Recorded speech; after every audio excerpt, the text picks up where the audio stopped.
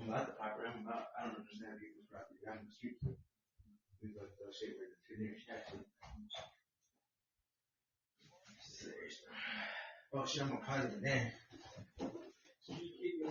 Hello, I'm on Podbean. Rico motherfucking Roxx this bitch. Coltrain, nigga. Coltrain, you there?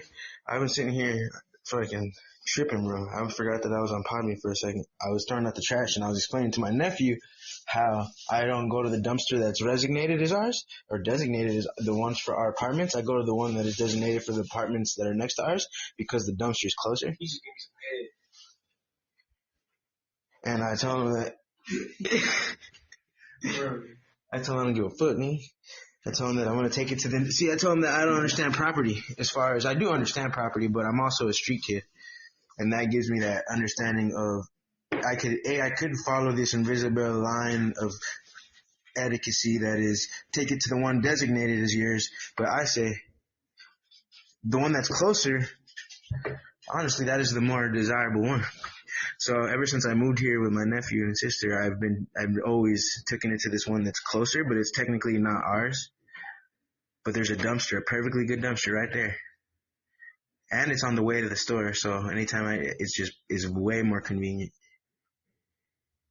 Yes, I designate it, Coltrain. I designate. The word of the day is designation, baby. So I'm just putting my nephew up on game because my nephew, he walks it all the way to the one that he's supposed to every time. I'm sure. Because the way he's acting, he's like, you go that way? You throw it over there? I didn't see that. He never even seen it, apparently. My nephew is not aware of his surroundings. Because as soon as I moved here, I was like, that's gotta happen. It's way more convenient. Coltrain, trust me, you gotta believe me. Well, anyways, Coltrain is number one, baby. Coltrain. 10, 9, I don't think I ever questioned him. 7, 6, I didn't want to see 5, 4, 3, 2, I've already guessed. 1. I've already guessed where Coltrain's from. Hold on, I haven't thought about this. This is like, I feel like I'm on Jeopardy here. It's just like, you have to know so many things. Let's see if I can dig in my brain. Did Coltrain ever talk about me, where he's from? Let me think. Is it, I'm going to take a crack at it and say, Florida? Coltrain, is it Florida? Alabama. He's from Alabama. I was thinking Alabama. Alabama, baby. Coltrane's American? Yes, Coltrain is number one. Hey, Coltrain's a rapper as well. He actually has he's fucking good as fuck. Does he actually rap like stuff I like? I don't know if it's stuff you necessarily like. My nephew is a critic, but he's my 15-year-old nephew, and his taste in music is it's decent, but I'm trying to put him up on game. Coltrain. I wish I had a Coltrain song on my damn list. I'm fucking up. Yeah, you are. Let me grab one. I'm gonna grab one, Coltrain. Grab one. Off YouTube. Hold on, Coltrain. We're gonna grab one. I have the MP3 downloaded here. Hopefully I have enough space for a damn song. I'm gonna have to delete one of these pornos quick. I should just do that. Let me just do that. That's alright, kids. Happy 221, by the way. That is my sacred number, 221. One of my sacred. So this is a very special Rico Roxx 221 February 21 special we got going on here. Coochie. I'm just deleting a porno quick so I could download a beautiful song by our Podbean's number one Coltrain, baby. Podbean's greatest rapper, Coltrain. Coltrain. Coltrain. So, ladies and gentlemen, hold on. I have to decide which porno I'm going to delete. I'm going to delete this one here. This one right here. It's a 20-minute long video, and it never even did nothing for me. So that is a waste of space, folks. Boom. You downloaded a 20-fucking-minute porno? Oh, yes. Nephew, you have to remember, where I was at, I didn't have TV or nothing more in LA. I fucking, and just in case I was like, you got to keep them, just in case you put your phone on airplane mode, you got some porno on the phone itself, folks. That is a Rico Roxx social suicide tip. Just don't rely on the web. Get your shit hard copies, folks. I even have porno DVDs. I know this is yeah, he has DVDs in our room right now. And I'm not saying that's just me personally. If you guys don't like pornos, you guys like puppy videos or train videos, train records, songs, for example, then that as well. I was just giving one example with the pornos example, but it's definitely one of the things that you definitely don't want to lose access to. that easily if you were into that kind of thing, as it were. So thank you for your listening. This is your main man Rico Roxx here. I'm actually getting very close here to downloading a Coltrain song. Coltrain is a rival of mine in the rap game. He's also a broadcaster here at podbean.com. For anyone who doesn't know who I am, Rico Roxx is Rico ROXX. And I am searching up Coltrain song because my nephew here is sitting in the background. I started up this episode and it's 221, bitch. So Coltrain. I'm going to just pick a random song and let's see what happens. Coltrain, you're not at the top of the results though. Damn. That's fucked up. I'd be on the top. If you search up my Coltrain, how come your shit ain't popping up here? What specifically is your account? Because I can't find you under just Coltrain apparently. But I'm a humble train. Coltrain says, he says, took off some of you off of YouTube. Wanted time to fine tune them. I can always email you a few. All right, folks, we're going to play a special song. We do have permission from the artist, Coltrain. Rosie's song. Look up Rosie's song, Coltrain. I'm going to look it up here.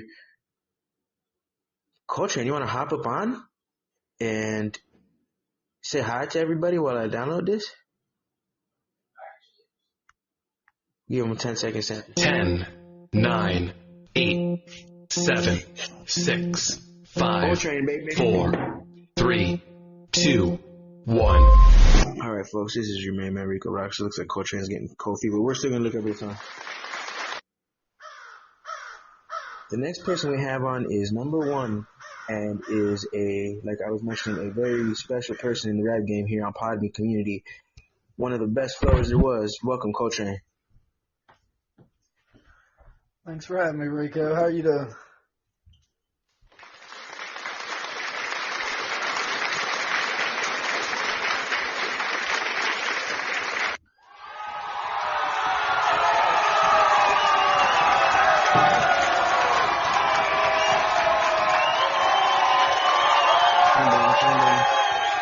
Coltrain in the building, baby. Thank you for coming in tonight, sir. It is actually a special day, 221. I know you probably don't know much exactly what that means, but I'm a guy who likes numerology and symbolism, and 221 is a number, is one of my secret numbers. So it's 221 today. So it's perfect to have you in. And so tell us a little bit about yourself, Coltrain, real quick, if you don't mind. Yeah, sure. I'm from Alabama, 31. I'm a veteran. Got into music after my dad died. Recently sober too. So I'm just here for the ride. How's that going? It's going pretty good. I can't really complain. Things are really picking up. Been killing it at work lately. I haven't had as much time for music. That'll come. Rosie song, Coltrain. You got it. Yeah, how much time? Yeah, that's how it goes, highs and lows, brother. I'll tell you this much, man. I got a job interview tomorrow, not to just take it away from you real quick, but I haven't had a job in 2 years, man. I know I probably sound like a fucking piece of shit for that, but be it as it may, I have a job interview at a landscaping company tomorrow. Oh yeah. Hey, I hope that interview goes well. Man, I think you'll kill it. I'm excited, man. I'm ready to get it in, baby. So that would be a step in the right direction as far as that goes as well. That'll probably help my sobriety. So if I have a job, I probably don't have time to sit there just drinking all day. Do you work as a way to keep you motivated? Yeah, I do. You know, there's an old quote: "The devil's work is done by idle hands." Ah, yes. That's a good one. So, I like that one. I'm trying to think of one that's similar to that. So. Yes, I like that one. The idle hands, baby. Where'd you learn that one at? Tom McDonald. Tom McDonald. Fascinating. Well, shit, yeah. But that's why I'm still looking up your song, man. I'm just sitting here because I'm looking, you need to bless these people with your song, man. We thank you for even, I don't know what's up with you two. Is it featuring Lyrical AJ? Yeah, this one here, It is, yeah. This one here, AJ did a rap verse. I did the hook. It's just a little song I put together for my little girl. Oh, yes. I've heard it for sure. Okay, now I found it. I finally found it, folks. So, yes, Coltrain, he is a newly sober pimp daddy. You still balling though, as far as your physical? You still have okay, let me ask you this. Have you coped well to the destruction aspect of the shit you used to do, as in now that you've stopped something that was self-destructive, have you lost that desire to do such a thing? Yeah, because bad decisions have bad outcomes. So I mean, whereas it seemed like I was struggling mentally, or I was having a hard time with depression, as soon as I decided to take away a lot of those bad choices and put myself in a more positive environment, well, then you have more positive outcomes. And, isn't it crazy how that happens? Your external reflects your internal. It's really deep, man. You know what I mean? So. And I'm a bit of a poet, so I can understand that this is a bit of the scumbag still clinging on to life inside of me saying this, but I see both sides. I see the destructive side. I don't think it's a completely wasted emotion, but I think it is simply that. It is one of the many broad spectrum of emotions that we can aspire to attain through our perceptive paradigms. But I think that sometimes, especially with the destructive one, it seems like, oh, let's do that until we close that loop in our mind of destruction. Okay, we're moving towards it. Why not finish it? But at the same time, as I quit doing stuff recently as well, I'm not completely out of the woods yet. But even this much further out of the woods, I could see it's just changing. I think I've discussed this. The way that I feel like the frame is just a change. And to be willing to change, I'll tell you, it doesn't have to be miserable. Like some people think, oh, if you quit, it got to be the most miserable thing. Don't get me wrong. I'm sure you have some thoughts. Have you accepted it more of like a thing where it's not that you didn't like it, it's just you wanted to make better choices? That doesn't mean you had to demonize it. So. Don't get me wrong. It's not like I don't have days where I don't get like anxiety from it and I wouldn't want it. It's probably going to be always going to be like a struggle that's there. I wonder. Life has a balance. That's the yin and yang. You can't have good without bad. Yeah, I think that. Then, if there wasn't any bad, if you didn't have any bad days, good days would just be normal. You know what I'm saying? Absolutely. So it's kind of like with the destruction that it causes or the self-destructive behavior or the bad things, it's not necessarily that you have to demonize it, but it helps you become aware. You got to definitely acknowledge what it is, though. Like when you say it. Yeah, you acknowledge what it is. You're aware of what it can do. You know what I mean? So it's like, being aware of that. Yeah, I think to have the mind be inquisitive about the mysteriousness aspect of existence, that really, because if you thought, oh, if you figured it all out and this is all that I got to see and this is all that I got to do and I've done it all, I could see, well, then why not self-destruct?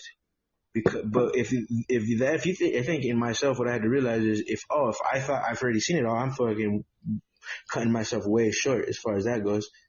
Sky's the limit. And just as if the first time I experienced snow when I was a child and I was like, what the hell is happening? Why are my eyes seeing everything white? My mind didn't even conceptualize that a snow blanket changes all things around it white. And when I first seen it at 7 years old, I thought my eyes were broken. And I was like, what the fuck is wrong with my eyes? And I was like, oh, the doc told me it's snow. And I was like, this is snow in real life. That level of it hasn't been seen yet, so yet the mind has yet to perceive it. I think that really is a drug in itself, that understanding, that knowing that there's so many perspectives you have yet to unlock. So why did you self-destruct before unlocking multiple perspectives, really, if that's the bag of chips you're going for? Are you in it for? If you can, because I see exactly what you're saying, you know what I mean? Because it seemed like there's a lot of different ways you can look at things, especially when you're in a manic episode. Mm-hmm. And a lot of the best songs I made was during that time. But then, the thing my dad used to say is if you can't get something on your own, is it really yours? You know what I mean? Like 100%. I've done it for a long time. I think that's something to do. Would you say that's under the category of respect? That thing where it's like you can't buy respect. How some people say you can't buy respect. It's something that money can't buy. You have to really live it and earn and be respectable.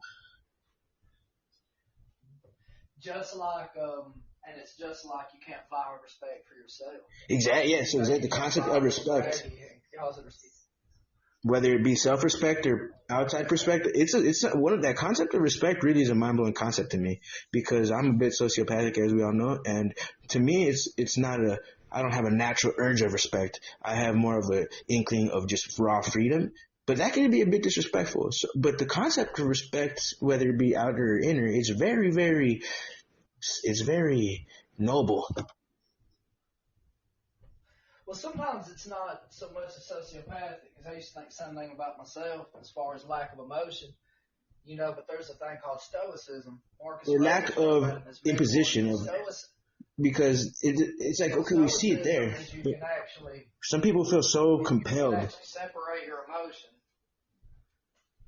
Some people. I'm sorry, I didn't mean to cut you off. No, I mean, I'm cutting you off too, but I'm really trying to. I feel like you're the perfect guy to listen to. But so what I'm thinking is, I feel like people feel guilty. Like, since they're born here, they have to adhere to that.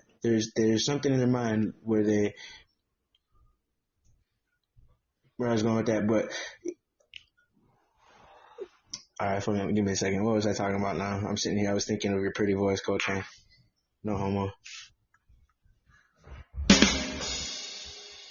Okay, yeah, okay. So the weight of it, maybe people feel guilty. I think there's like a level of guilt there, like a limited thing people put on themselves. People probably, okay, like way to say that is people are too harsh on themselves about it.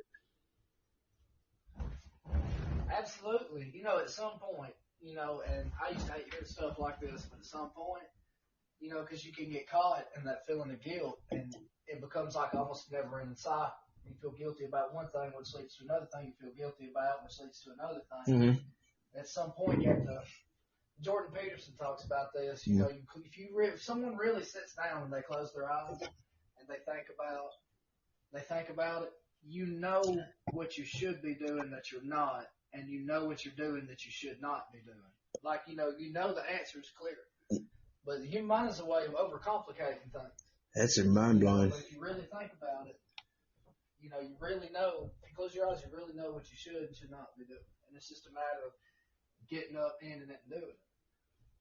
That's what I was saying. Stoicism is it's the thing where you can separate your emotion from almost your logic. Not necessarily sociopathic, you know what I mean? Because emotions are there.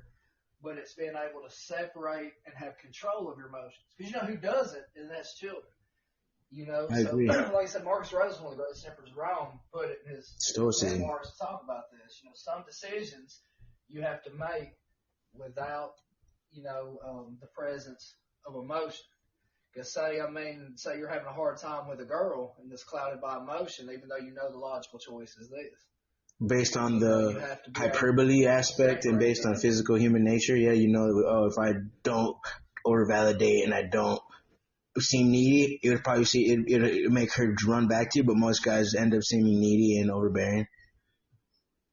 Yeah, because say like the human mind, I like to look at it like a muscle, right? You know how when you lift weights, you kind of damage your muscles, and that's where they take the protein and they heal back a little bit more dense to compensate for that damage. The human mind, to me, is kind of the same way. When you've experienced like a trauma, your mind is reaching for any reason that it can to be able to compensate for the damage that was caused to it. Wow. From happening again. So say like you had a friendship or a relationship, and then after the fact, say there was betrayal, and you have trust issues. Mm-hmm. What we know as trust issues was like your mind reaching out and saying, okay, this is it, to compensate for the damage it experienced. So like you trying not to experience that again. So now as far as self-respect goes and that guilt, where does that all tie in together? Because I think it does. Well, I think you have to know respect yourself before you can truly have respect for anyone else. Because it all starts. Because you got to think. You have to have like a sociopaths lack respect. Foundation to go from before you can go anywhere else. I don't know. Respect's a tough one though, buddy. Because I love respect. I love it, but me putting myself in the jungle a little bit here and there, that true concept of respect, a man who, you don't have to be the biggest or the baddest, but there's an aspect where some people are so snide and sneaky, and they have no respect no matter what. And then some people could feign respect, which I'm not saying is desirable or undesirable, but I definitely feel like a lot of I think it's a beautiful thing. I was gonna say a lot of sociopathic, it's a lot of sociopath tendencies. Like narcissism kind of flirts with sociopathy a little bit because the whole thing about sociopathy is everything sort of revolves around oneself. You've either been able to manipulate a situation with Machiavellianism, been able to manipulate the ones around them, so it's not as much respect for anyone else, but sort of a self-centeredness. So what's the narcissistic? Narcissistic is like a complete self-centered personality. Like truly, that's why I don't feel narcissistic, because I don't think I do flirt with ideas of chosen and this, but really I don't feel royal blooded. I don't feel righteously above. I feel like a peasant, so I don't think I'm narcissistic because I don't think you're narcissistic at all. But so that's why because I think it's just everybody wants to be sociopathic, but there's more narcissists than sociopaths. Because to be sociopath is almost a bit of a compliment to me, a guy like me.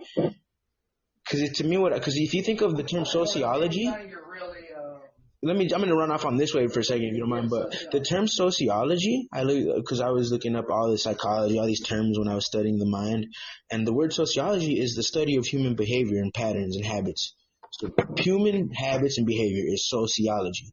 So if you think of a sociopath, it's just a person who is abundantly enthralled by the study of human behavior and habit.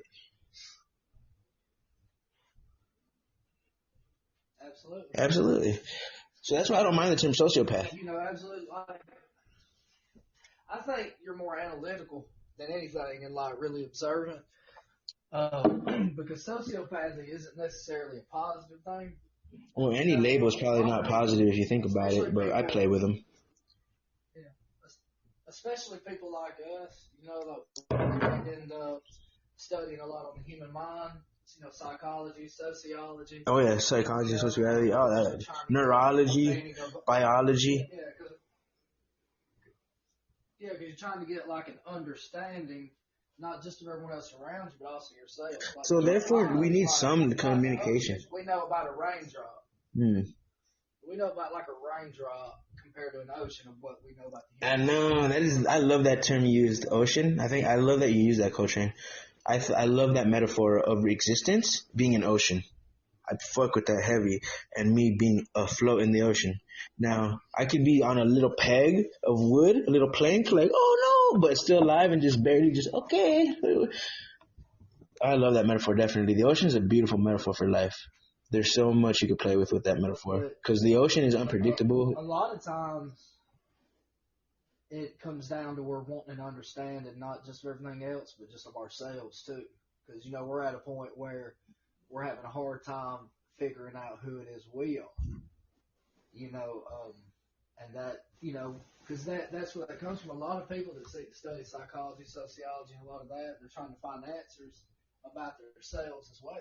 Absolutely, because I think if anyone who starts going down that path of, let's say you're a human and you all of a sudden stumble, let's say at 20 years old, on the concept of sociology and philosophy, and then you start realizing things as cover-ups and government conspiracies, and you add that into philosophy and contemporary mindsets, of course the question comes up is when did I get indoctrinated?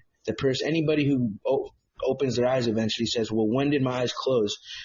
And so they start trying to follow their own trail. So there's that level of it, of your self-research, but life's a trip. Now, I'm going to ask you this. When did you realize this world is not, you really open your eyes to rituals and public symbolism rituals and the masses being brainwashed? Were you a little tiny kid when you realized it, or? I'd say I realized it probably more than anything the past couple years. And I feel really, I feel like I'm gonna be blamed. I feel like an asshole for even assuming. I didn't even ask you if you believe in that. I'm just like, when did you? But go ahead. Yeah, I mean, really past couple of years, I felt like I was opened up to it, a lot when I really got into psychology heavy.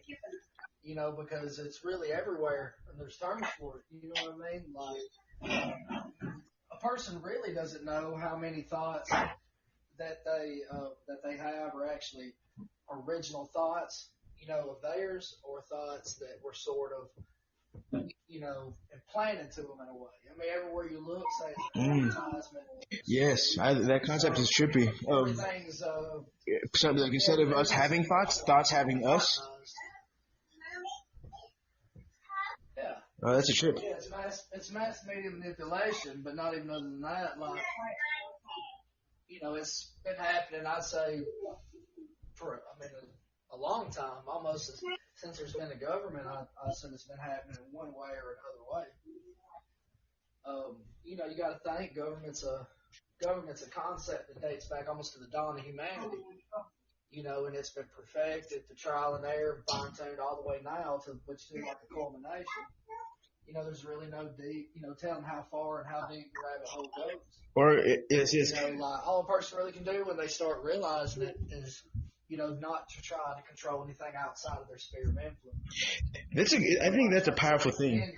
That sphere, that concept of your sphere, to become a master of your sphere. I like that. But on another side note, have you ever thought of to yourself, instead of going down the rabbit hole, you're going up the rabbit hole?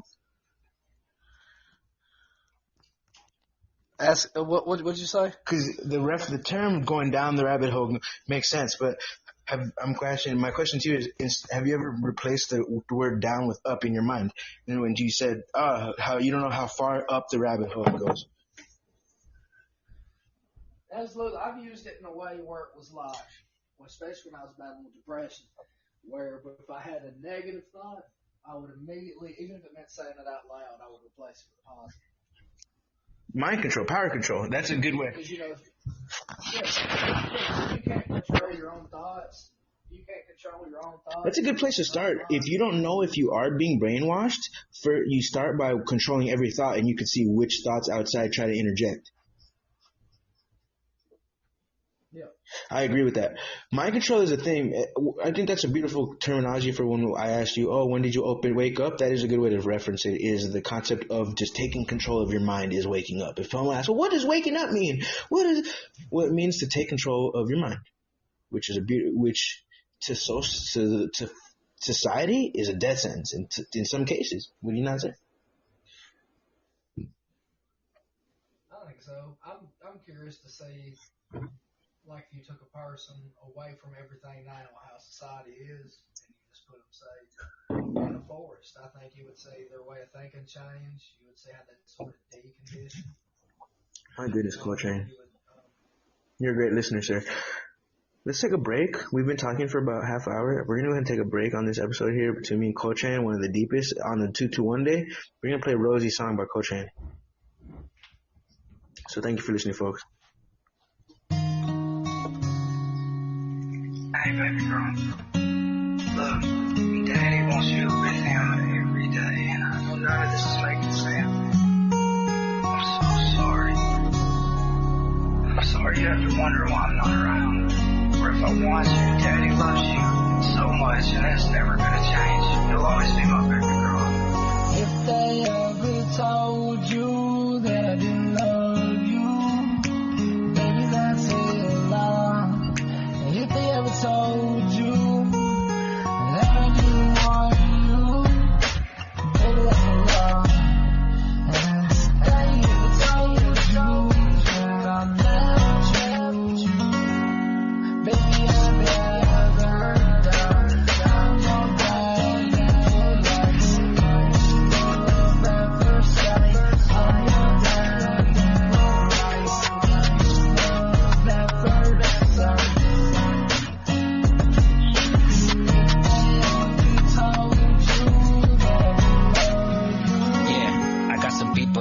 back trying to get me to drop. And I got people in my front trying to tell me to stop. But when it comes to you, baby, you got my heart on lock. I know I don't see you enough, but believe me, I'm trying to get it working. Undoubtedly, trust me, baby, I'm trying. This type of pain can be drowned by a bottle of wine. This type of love can be faced, getting lost in the time. So trust me, if I could be there with you, I will. And I know this ain't your daddy's voice, but your dad told me to put a verse. So I took his emotions, read his mind and all his feelings. Then I started to disclose them on a paper in the form of rap. So basically, your daddy's the one talking. I know that's a fact. I'm just feeling so bad, feeling so bad. 'Cause baby, I will never do a thing to hurt you. I hope you know that. Hope you know that. I just wanna let you know. I've been trying to numb the pain, so nobody knows how bad that I could carry all the burden if I learn to coach my back. Thought 'cause I'm killing music, I'll just focus on that. Now my emotions in the doorless room and the window is wrapped, and that's just how I can explain it. Life's kinda funny, ain't it? Just the first I thought my life was full and nothing was remaining. That was till I met you. You came into my life, but now I'm feeling so blue 'cause you're no longer in my life, and it's just crazy. Never told you that I didn't love you. Baby, that's a lie. And if they ever told you that I didn't want you, baby, that's a lie. And if they ever told you that I'm without you, baby, I'd rather die. I'm your daddy for life. It is love at first sight. I'm your daddy for life. It was love at first sight. Ladies and gentlemen, it's your man Rico Roxx. That was crazy. That's some flow for sure, some vibes, ladies and gentlemen. Hey Rico, thanks for having me on, buddy. I'm gonna have to run, but I'll pop back in if I see you on. Absolutely, I'm gonna be on for a little bit here, but thank you for coming in, baby. 221, baby. Coltrain is #1. Thank you for popping in, brother, and thank you for letting me play your beautiful song here on Rico Roxx Social Suicide. It was an honor having you, and be positive, and I love you. Absolutely. Hey, it's the Rico Roxx Show, baby. Woo! Coltrain, ladies and gentlemen. My lady has entered the studio. So this is your man Rico Roxx. I just want to mention how special 221 is. The symbolism behind 221, I developed that by applying some of my favorite numbers together. My favorite number ever is number 1. I would say my second favorite number ever is number 22. But I like the number 3 a lot as well. So one day I was sitting there in an Airbnb about a couple years ago. I'd say about 2 years exactly. Not exactly to the date, but about 2 years ago, I was sitting there just in an Airbnb, minding my own business. And I was like, I like number 1 a lot. I like the number 22 a lot. Number 3 is one of my favorite numbers. So I was playing with them. How can I create my own divine number, my own symbolism? And I came up with 221 because it has the number 22 as number 1, and it's 3. It's 3. It's to the third. It's to the hundreds of the decimal. Now, you could also say, well, why not in that case, if 1 is your favorite number and 22 is your favorite number, just do 122 instead of 221? But I chose 221. But 122 is also very sacred. But 221 is more sacred, in my opinion. So this is your main man, Rico Roxx. Thank you, Coltrain, for joining me on Rico Roxx Social Suicide. I was going to tell a story, but I'm super stoned and don't remember it at this exact second, and I hate dead air. So thank you for listening. Free your mind. Free your mind. Free your mind. Goodbye, everybody. Free your mind.